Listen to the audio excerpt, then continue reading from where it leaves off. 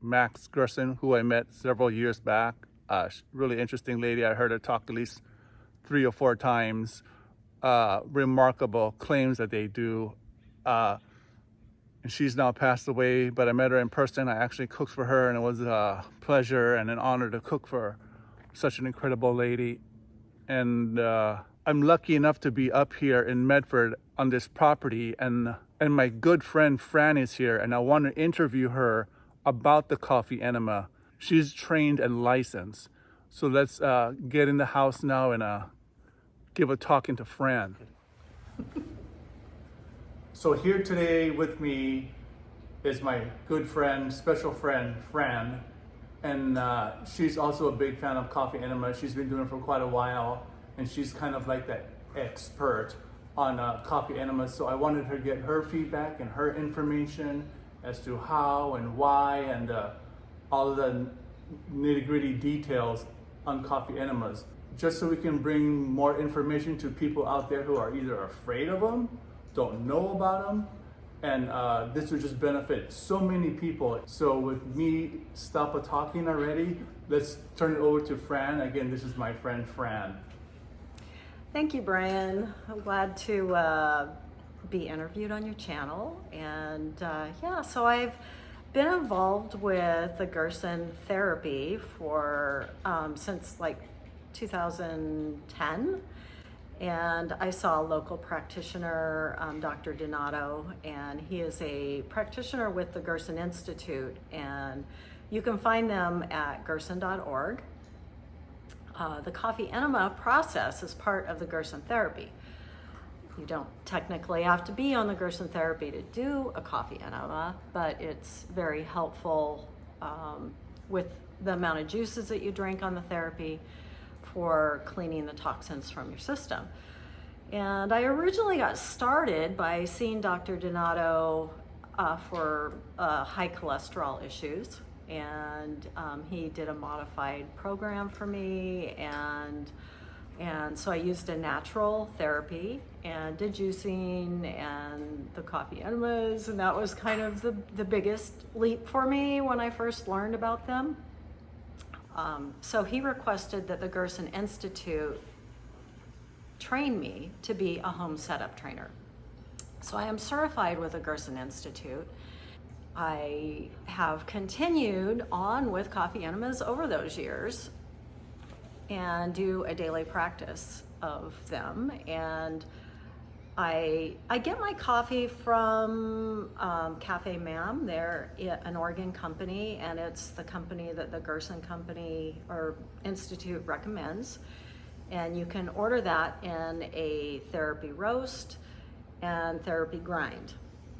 And they're just at cafemam.org. I started with the kit that you can buy on the Gerson Institute webpage, and that's just Gerson, it's like person but with a G, .org. And that kit looks like this. So it's just a plastic bucket. It holds 4 cups of coffee. This is a glass one, and it has a spigot at the bottom. You just hang it, and my favorite catheter is a silicone that is 4 feet long, and it comes with a little clamp, so you can attach this to the base of the bucket, and this goes onto the catheter and allows you to start and stop as your body responds. So it's recommended that for every 3 to 4 juices that you do, those are 8-ounce juices that are fresh made, you do 1 coffee enema. And the reason for that is the juices release toxins from your liver. Your blood, filters through your liver, the toxins filter through your liver. What the coffee does is it allows your body to release the toxins instead of reabsorb them.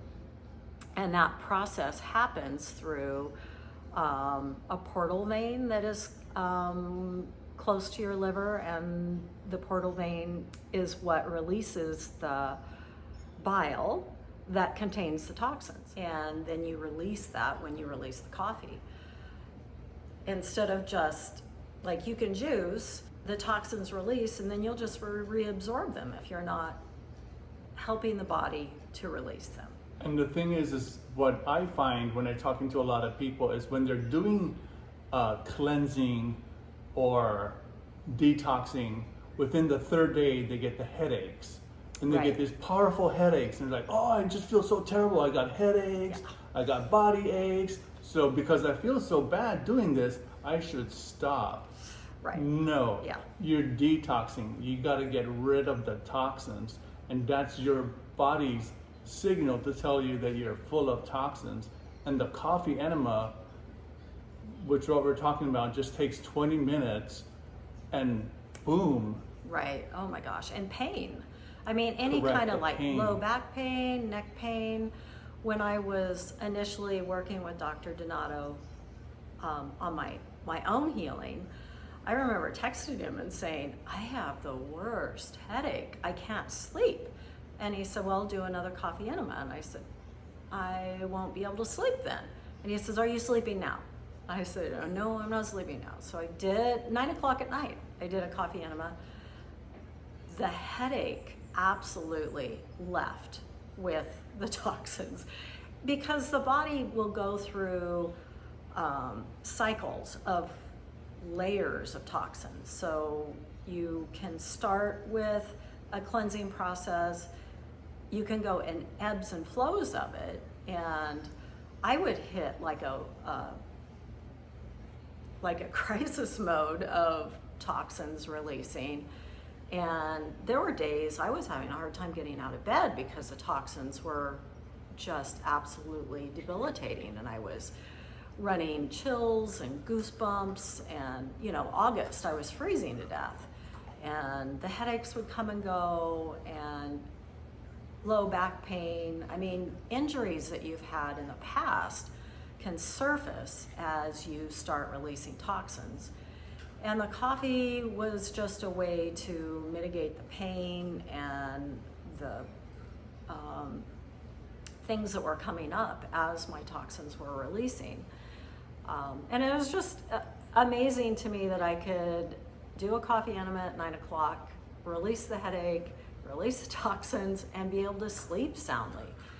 And the interesting thing is, like I said, I was doing coffee enemas now for almost 20 years. I normally do it twice a week, guaranteed once a week, and 3 times a week if I can. If I can do it every day, I'll do it every day. And I had surgery on my hand where they had cut up here, in the middle of the palm came down, all the way down here, and they took a tendon from here and brought it over. And I did take no antibiotics and no painkillers, and I basically did 2 coffee enemas per day to remove all the pain. And the interesting thing that I wanted to say was, when I came back from the surgery after the anesthesia, I did my first coffee enema, and the thing that I smelled that came out of me was metal. It was like pure metallic waste. Oh, yeah. And I've smelled perm solution. oh man, I've yeah, smelled perm is too, yeah. nail polish remover. I mean, there are some intense things that we have just done over a life that you just think that it's not toxic, and your body holds on to it in layers like an onion. When the headaches come up, it's like, okay, the toxins are loose now. Now what do we do with them? And this is a great tool to help the body release them instead of reabsorbing them. I kind of look at it as, to me, it is my anti-aging arsenal secret, that the less toxins my body has, the easier my cells communicate with each other. And so for me, the coffee enema is my first go-to method in anytime I feel lousy, bad, a cold coming on, once I get a flu, that's 2 coffee enemas a day. It's my go-to for anything and everything. If I'm outside, like spraying copper on the trees or something, get back in, take a shower, do a coffee enema immediately. It's just like travel. Oh, travel Oh is, my gosh, yeah. being on airplanes. When you first start, they recommend that you do a water enema first, so you can clean all the tubes out. Or chamomile. You can use chamomile. I did that maybe twice in my entire life. But I've had people that have a hard time clearing their bowels. right, And the chamomile enema actually relaxes your system to where, and then it helps you release bowel material so that you're cleaner on the inside to accept the coffee. right. But what you want to do, if you're a first timer, is you want to be hydrated before you do the coffee enema. You can time your coffee enemas where you wake up in the morning and you have a specific time. Just dilute yourself through the mouth with water so that you don't get the coffee absorbed through your bloodstream. Or you can do a water enema first, hold it for as long as you can, and then clean out all the pipes. And then your whole colon and your entire system will be hydrated, where it would work perfectly and go smoothly. And I guess we should talk about the method on how to do it. So the hanging is also depends on where you're hanging your can is comfortable for you, and how you're letting it in, where it's comfortable for you. I've done my coffee enemas where I try to get it in as fast as I can sometimes because of time, or most of the time I'm trying to let it go in as slow as I can. From the time I open the valve to the time it's in, it'll be like 3 to 5 minutes. It's just going in really slowly. Right. And it's easier on the body that way. You'll feel a lot of like gas sometimes and pressure. For me, I learned to be distracted when I do my coffee enemas, probably because of my ADD or ADHD. If I stay in quiet and peace, it just seems like I'm taking forever for let this thing reach 15 minutes. But if I'm watching something and I get distracted, I can stay there like all day, literally, with the coffee inside of me. And you don't want to hold it for more than 20 minutes. Right. Because then you just start a reabsorption process. One of the things that I've recommended for people that are just starting out is a 15-minute meditation YouTube link that I like, and he does it's an oral meditation to where he talks about relaxing the top of your head, relaxing your eyes, relaxing your jaw. If you are tense when you're trying to let that coffee go in, your body can just not let it in. So you want to be in a relaxed mode and distracted. You can put an audiobook on, set a timer so that you're not going over the 20 minutes. There's times where the coffee will go in for me in a minute. There are other times that it takes 5 minutes. And I'm like, what the heck is going on here? So it's, and if I do end up with an air pocket, I will take, so the coffee bucket shouldn't be more than 18 inches above your hip. So you lay on your right side for the coffee to go in. You can start on your back and then roll to your right side. And if the coffee's not going in, you can actually take the bucket and lower it below your hip, and quite often air will go back into the bucket. And then you can raise it again and continue the process. So it can be as small as this. It looks just like a catheter, not a catheter, IV bag. So it folds down small.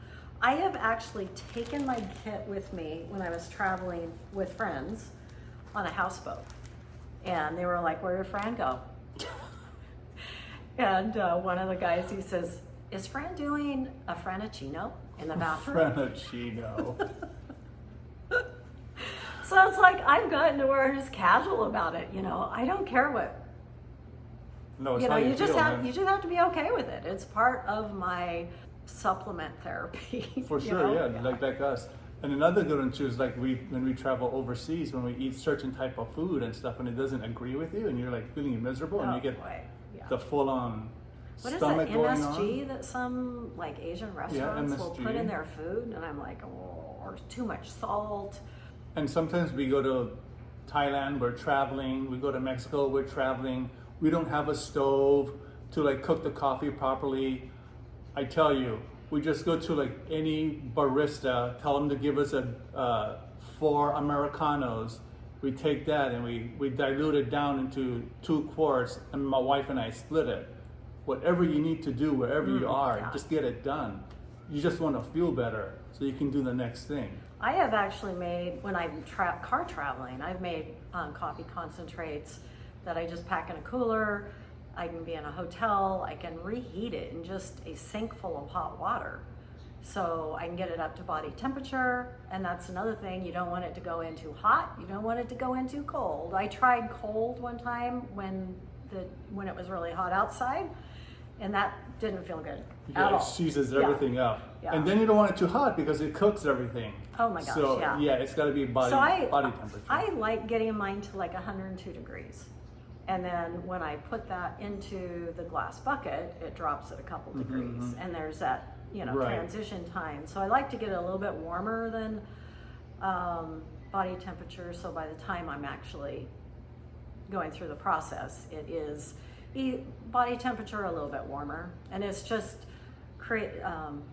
cold can create cramping. And it just does not feel good. It's I not thought good. it would cool my body off, and I was like, no, that's not a good idea. Yeah, with any kind of enema, make sure it's body temperature or something that you can handle. Yeah. So I hope this was informative, and I hope that you will take the plunge. So I'd just like to thank Fran for sharing her time and her knowledge with us and with all of you, and hope you guys try it. All Thanks, right. Fran. Thanks, Fran. Now to the coffee. So there's 2 ways that we do our coffee. We do it like single serving, or we also do it like in mass production serving, which is like a concentrate. So a single serving is a 1/4 cup of coffee to 1 quart of water. It's basically a single serving. And so when you do a concentrate, we just do it 4 times. So we do 1 cup of coffee grounds to 1 quart of water. And for the purpose of this demonstration, I'm going to do the concentrate because that one is a little bit more technical, and when we try to explain this to people, they're like, oh, I don't get it. So we're just going to add in 1 cup of ground organic coffee to 1 quart of water. We have our water in, and we're just going to add our coffee grounds. And then we're going to bring it up to a boil. We want to bring it up to a boil for 3 minutes with the lid off. 3 minutes with the lid off. And then we're going to steep it with the lid on for 15. So we're just going to bring it to a boil. So now we're going to bring it up to that boil and get it up nice and hot. You're going to have to watch out because a lot of times the coffee does want to come out of the pan. So just kind of shake it down and just boil it up. And set a timer, of course, because you want it just for 3 minutes. And then after the 3 minutes, you're going to turn it down and then steep it covered for 15. So just let it boil for 3. Our 3 minutes are past. We're just going to put a lid on it and simmer it down for 15 minutes.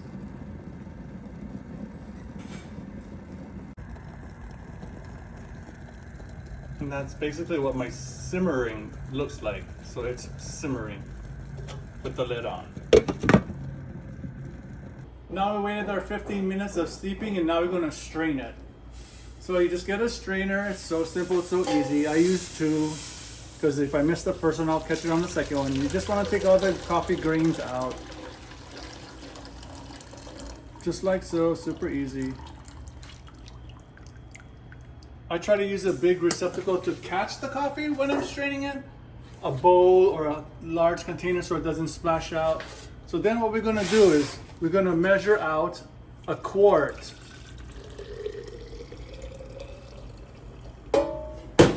And so we get less than a quart, and all we basically do now is we're just going to add water to it and top it up to make a quart.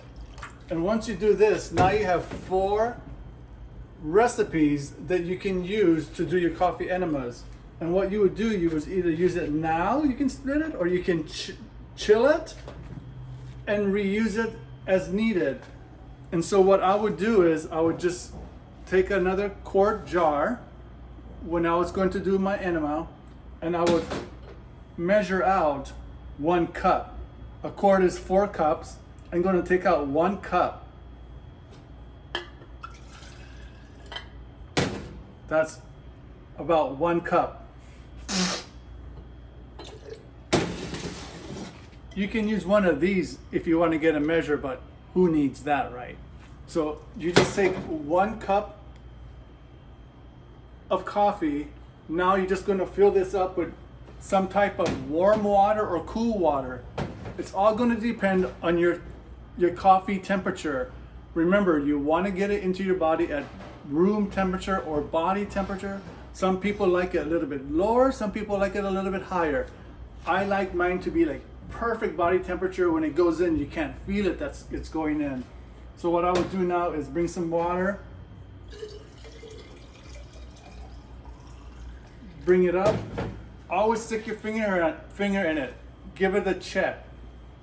Don't feel the sides. Put your finger in it and check the temperature of the water.